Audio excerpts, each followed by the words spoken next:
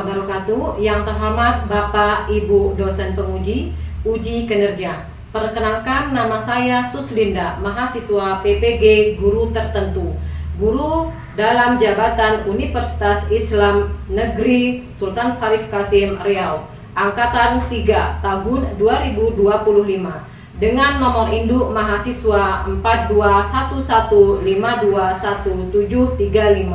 Hari ini saya akan melaksanakan uji kinerja praktek pembelajaran di sekolah tempat saya mengajar, yakni Madrasah Aliyah Al-Munawwaroh, kelas 11. Materi, jinayat dan hikmahnya, metode pembelajaran deep learning. Mohon maaf jika ada kesalahan dan kekhilafan. Selamat menyaksikan. Wassalamualaikum warahmatullahi wabarakatuh.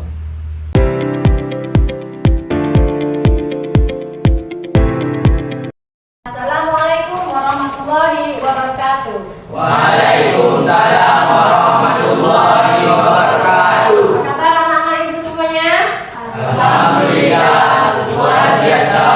Allahu Akbar. Alhamdulillah, karena kita masih diberikan kesehatan jasmani maupun rohani. Sekarang ibu mengajak kalian untuk berdoa dan akan dipimpin oleh ketua kelasnya. Ketua kelasnya dipersilakan maju ke depan.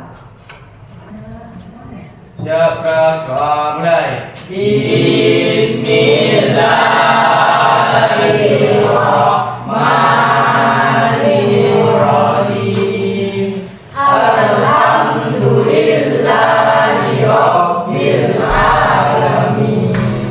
Ar-Rahmanir-Rahim. Maliki yaumiddin. Iyyaka na'budu wa iyyaka nasta'in. Ihdinas siratal mustaqim. Siratal ladzina an'amta 'alaihim ghairil maghdubi 'alaihim waladdallin. Amin. Bismillahirrahmanirrahim.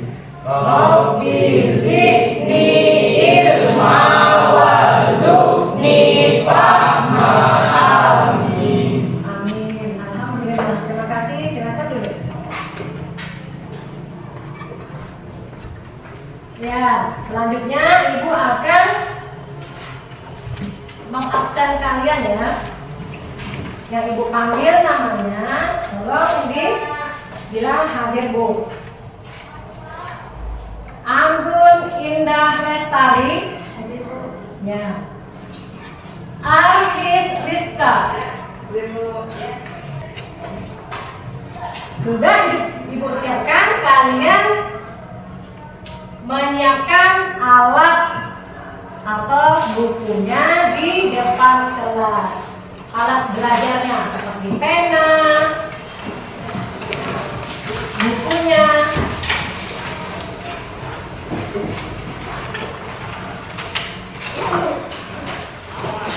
Sudah? Cek rapiannya ya. Ya, cek rapiannya. Coba tengok kiri kanan, meja yang belum dirapikan, tolong dirapikan.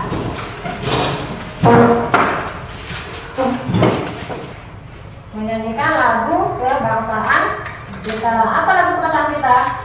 Indonesia Raya. Ya, tolong.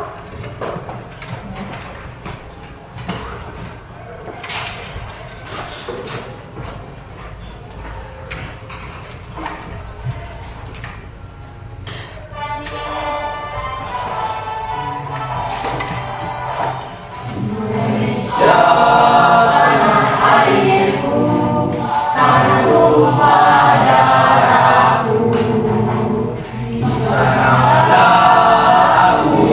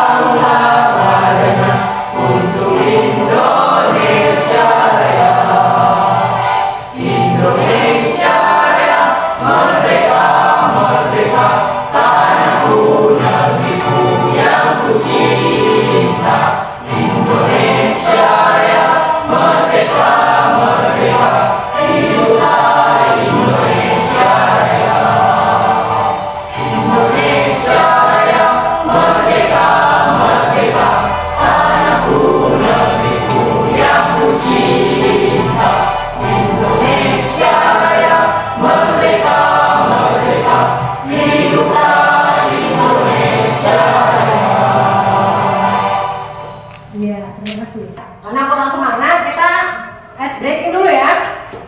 Apa tadi? Tepuk semangat. Semangat. Semangat. Yes. Ya, bagus. Sesudah itu kita baru masuk dengan Nah, sebelum materi ada pertanyaan pemantiknya, yaitu yang kedua soalnya adalah bagaimana jika ada orang berbuat salah tetapi tidak diberi hukuman. Apa menurut pendapat kalian?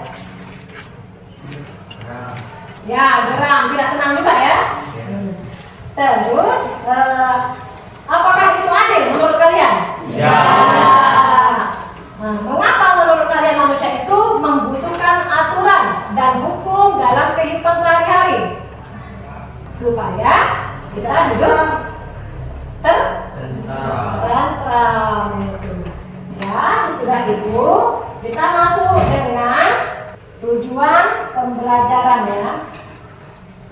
Ya, tujuan pembelajaran itu adalah ya, satu itu menjelaskan pengertian dan ruang lingkup jinayah secara tepat. Yang kedua itu mengidentifikasi jenis-jenis jinayah beserta contoh pelanggaran yang termasuk di dalamnya. Yang ketiga, menjelaskan dasar hukum jinayah dalam Al-Quran atau hadis. Yang keempat itu menganalisis hubungan antara penerapan hukum jinayah dan tujuan syariat Islam atau apa? Maqasid al-syariah. Ya, itu tujuan pembelajaran dari materi di jinayah kita. Ya. Di sini kita akan masuk dengan video ya, video. Jadi amati video nanti. Setelah itu Ibu kasih pertanyaan di sini.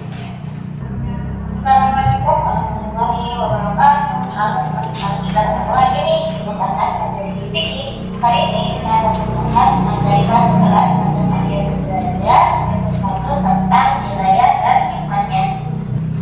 Yang pertama mengenai pembunuhan. Secara bahasa, pembunuhan adalah menghilangkan nyawa seseorang. Sedangkan secara istilah, pembunuhan adalah perbuatan manusia yang mengakibatkan hilangnya nyawa seseorang, baik dengan sengaja ataupun tidak sengaja, baik dengan alat yang mematikan ataupun dengan alat yang tidak mematikan. Macam-macam pembunuhan.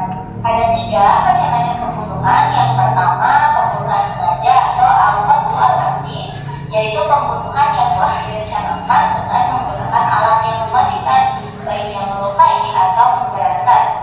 Yang kedua, ada pembunuhan seperti sengaja, qatlu syibhul al-amdi, yaitu menghilangkan nyawa seseorang tanpa ada niat membunuh dan menggunakan alat yang biasanya tidak mematikan atau tidak lazim dipakai membunuh, namun menyebabkan hilangnya nyawa seseorang.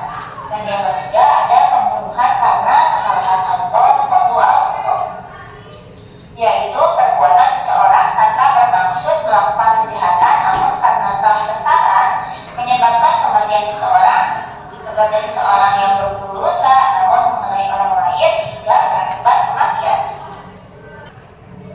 Macam-macam penganiayaan ada 2. Yang pertama, penganiayaan berat, yaitu perbuatan yang merusak bagian badan yang menyebabkan hilangnya manfaat atau fungsi anggota badan tersebut. Dan yang kedua, ada penganiayaan ringan, yaitu perbuatan melukai bagian badan yang tidak sampai rusak atau menghilangkan fungsinya, melainkan hanya menyebabkan luka cacat atau ringan. Ini adalah kisos. Kisos berasal dari kata qososor yang artinya memotong atau berasal dari kata iqsas yang artinya mengikuti, yakni mengikuti perbuatan si penjahat sebagai pembalasan atas perbuatannya. Menurut syarat, kisos ialah hukuman balasan yang seimbang bagi pelaku tindak pidana pembunuhan maupun perusakan atau penghilangan fungsi anggota tubuh yang lain yang dilakukan dengan sengaja atau penganiayaan.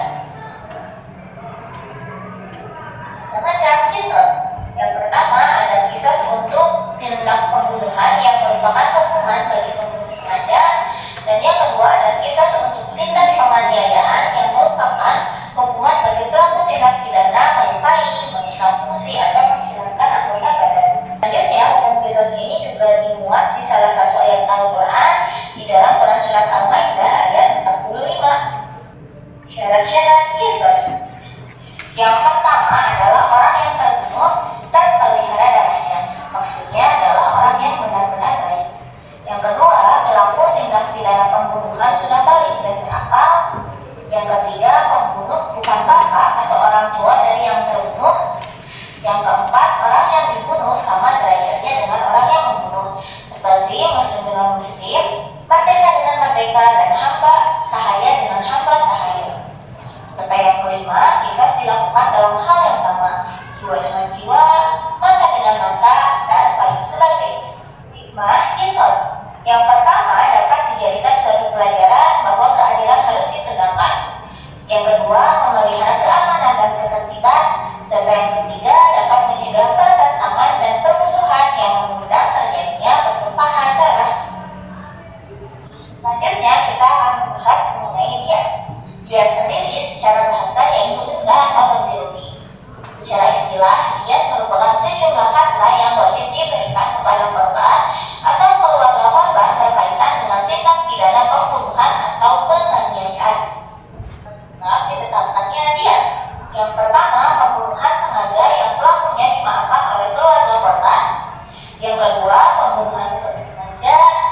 Yang ketiga, pembunuhan karena kesalahan atau pembunuhan tidak disengaja.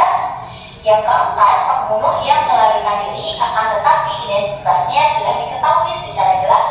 Dan yang kelima, kisos sulit dilaksanakan. Ini terjadi pada tindak pidana penganiayaan atau tindak pidana yang terkait dengan melukai, merusak fungsi, atau menghilangkan anggota badan. Macam-macam diat.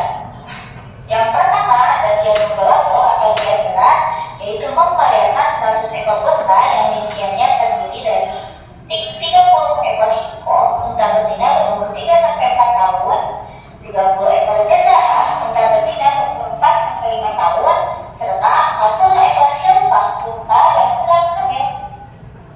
Yang wajib membayarkan diat mubalaghah adalah yang pertama, pelaku tindak pidana pembunuhan sengaja yang dimaafkan oleh keluarga korban. Yang kedua, pelaku tindak pidana pembunuhan seperti sengaja.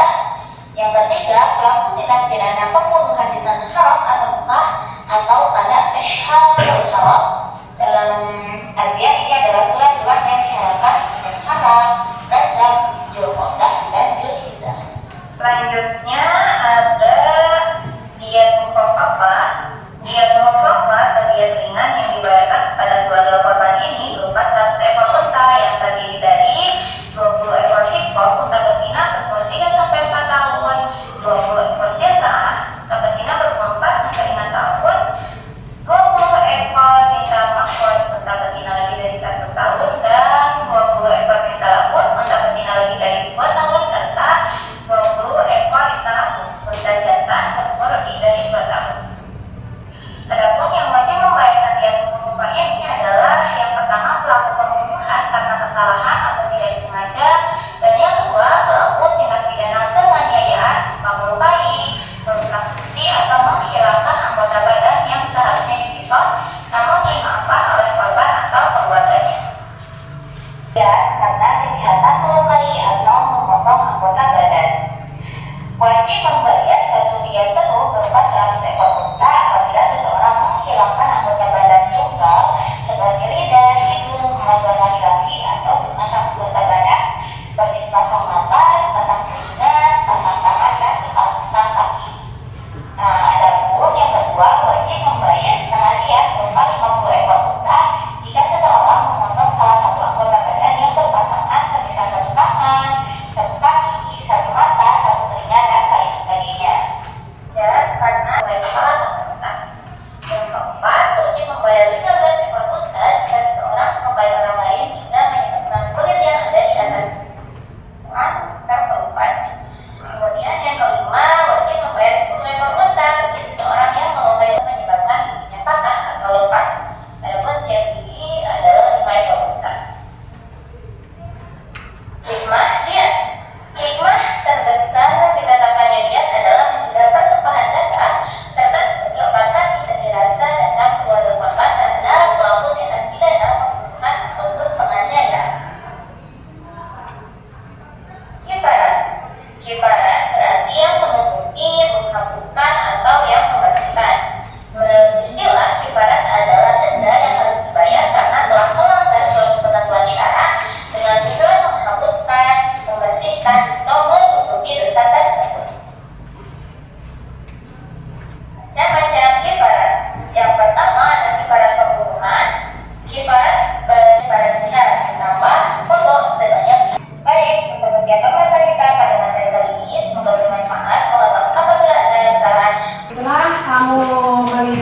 mencermati video ini, kenapa tindakan jinayat itu dilarang dalam Islam?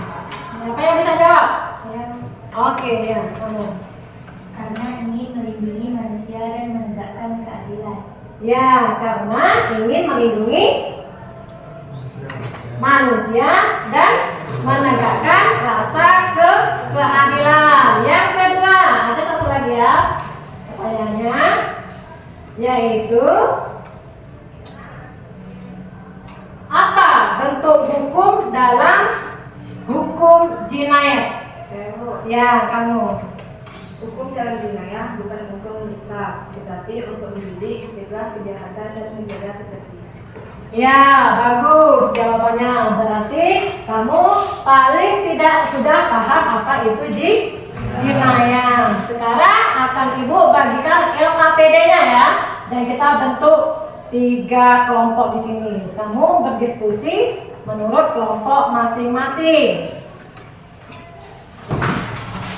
Ya, setiap kelompok udah ada yang mengerti semuanya? Udah. Ya, untuk kelompok A ya, kelompok A di sini siapa yang ketua? Siapa? Ya, Zuriat.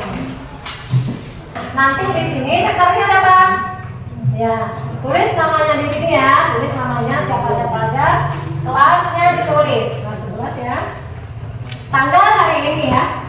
Untuk kelompok A, studi kasusnya yang A. Nah, untuk yang kelompok B itu dengan studi kasus yang B. Ya, studi kasus yang B ya. Yang untuk C, studi kasusnya yang C. Yang kasus C. Nanti kamu jawab dan kamu diskusikan di situ.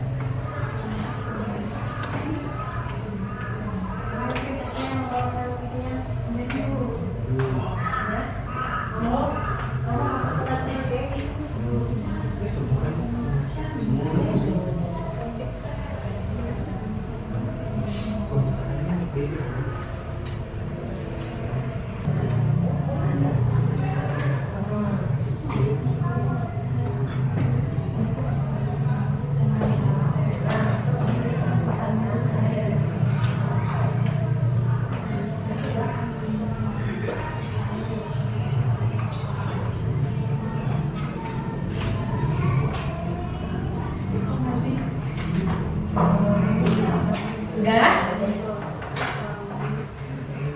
Udah selesai semuanya? Kasus sudah? Nah, kalau udah, kembali duduk yang rapi. Berdiri, kita break dulu. Tepuk 1, tepuk 2, tepuk 3, tepuk 4,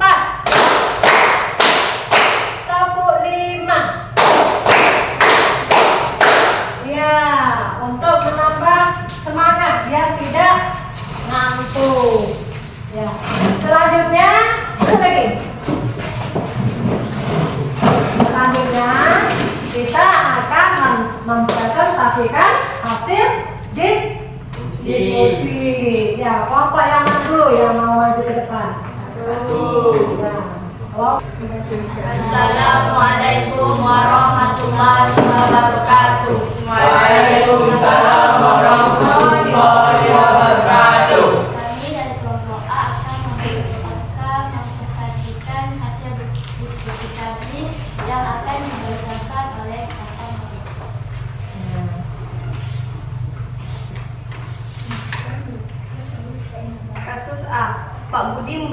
senapan dan tidak tahu kalau masih ada peluru di dalamnya. Tanpa sengaja, pelaku tertekan dan mengenai tetangganya hingga meninggal. Jenis pembunuhan yang dilakukan Pak Budi tersalah atau tidak sengaja. Alasannya, Pak Budi tidak bermaksud membunuh. Ia hanya lalai saat membersihkan senapan. Jadi, kematian itu terjadi karena ketidaksengajaan. Ya, di kasus A ini tadi karena ada unsur ketidaksengajaan. Jadi di situ adalah apa? Kelalaian Pak Budi. Jadi di sini apa yang bisa diambil hikmahnya di sini? Ya, harus selalu berhati-hati, waspada terhadap sesuatu, apalagi barang-barang yang bentuknya bisa melukai atau bisa membunuh. Ya, di sini terima kasih kelompok A telah mempresentasikan hasil diskusinya. Bagus, jawabannya enggak? Bagus.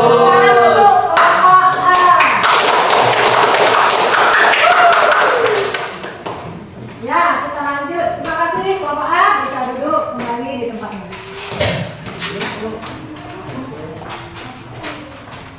Lanjut kelompok B.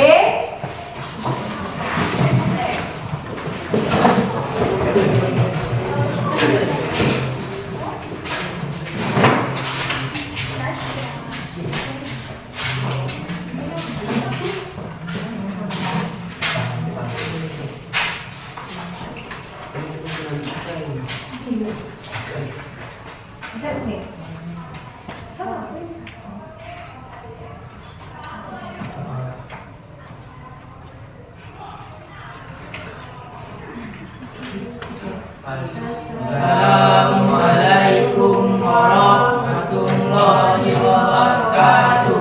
Waalaikumsalam warahmatullahi wabarakatuh. Perkenalkan, kami dari kelompok B ingin mempresentasikan hasil diskusi kami yang akan dibacakan oleh teman kami yaitu Wira Hamdani. Kasus B, 2 orang pemuda Ali dan Hasan terlibat pertengkaran hebat. Karena emosi, Ali memukul kepala Hasan dengan ranting kayu kecil. Namun naas pukulan itu mengenai titik vital dan menyebabkan Hasan meninggal dunia. Jenis pembunuhan seperti sengaja. Alasannya Ali memang bermaksud memukul tapi bukan untuk membunuh. Alat yang dipakai juga bukan alat mematikan, namun perbuatannya menyebabkan kematian, jadi termasuk seperti sengaja. Ya, ke pembunuhan seperti disengaja. Ya, itu untuk studi kasus kelompok B karena sudah bisa mempresentasikan dengan baik dan benar. Kita kasih plus untuk kelompok B.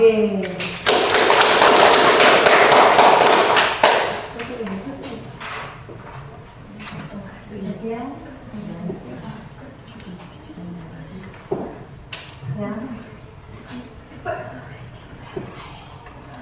Kita ada kamarnya. Ya.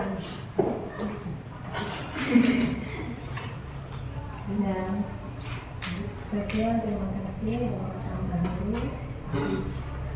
Sekian dan terima kasih dan kami akhiri. Assalamualaikum warahmatullahi wabarakatuh. Waalaikumsalam warahmatullahi wabarakatuh. Ya, terima kasih untuk kelompok B. Nah, lanjut dengan kelompok C. Kelompok C ya.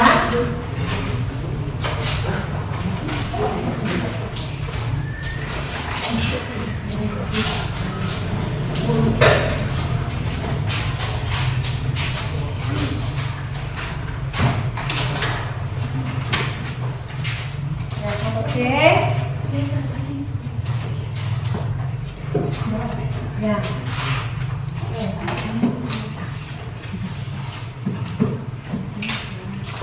Assalamualaikum warahmatullahi wabarakatuh. Waalaikumsalam kelompok C ingin mempresentasikan hasil kerja kelompok kami yang akan dibacakan oleh teman kami Ridho Mardani. Baiklah, mungkin akan saya baca. Dengan dendam pada temannya dan dengan sengaja merencanakan memasukkan racun ke dalam minumannya hingga meninggal. Jenis pembunuhan: Dina punya niat dan berencana membunuh serta memakai racun yang memang bisa mematikan. Jadi ini pembunuhan yang dilakukan dengan sengaja. Ya, karena studi kasus yang kelompok C itu adalah pembunuhan secara disengaja oleh Dina. Ya. Terima kasih untuk kelompok C atas presentasinya. Ibu beri tepuk tangan untuk kelompok C.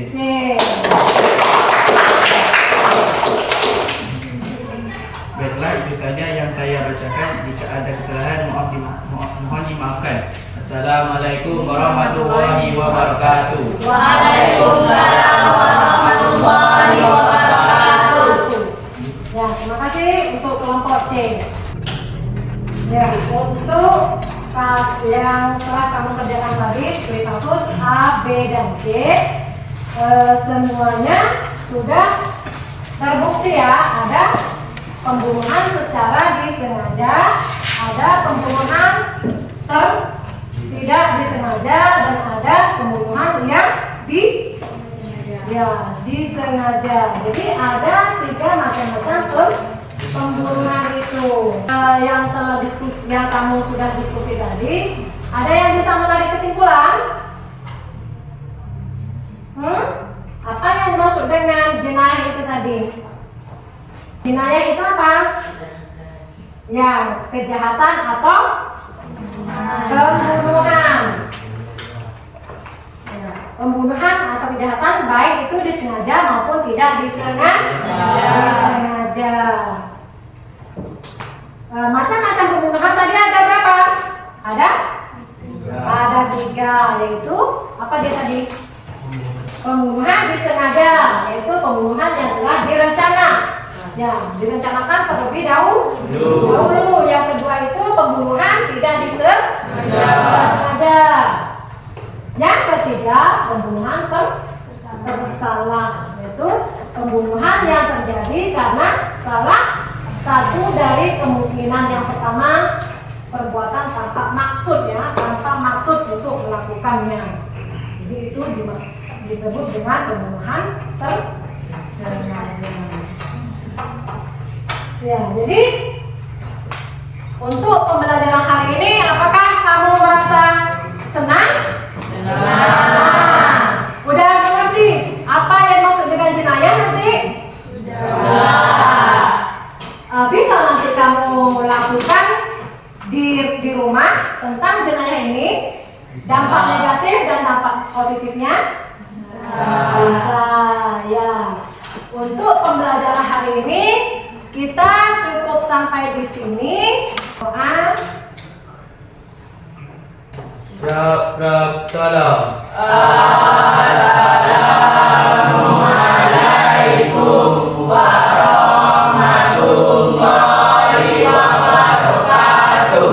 Waalaikumsalam warahmatullahi wabarakatuh. Terima kasih untuk pembelajaran hari ini. Semoga ada manfaatnya untuk kita semuanya. Terima kasih.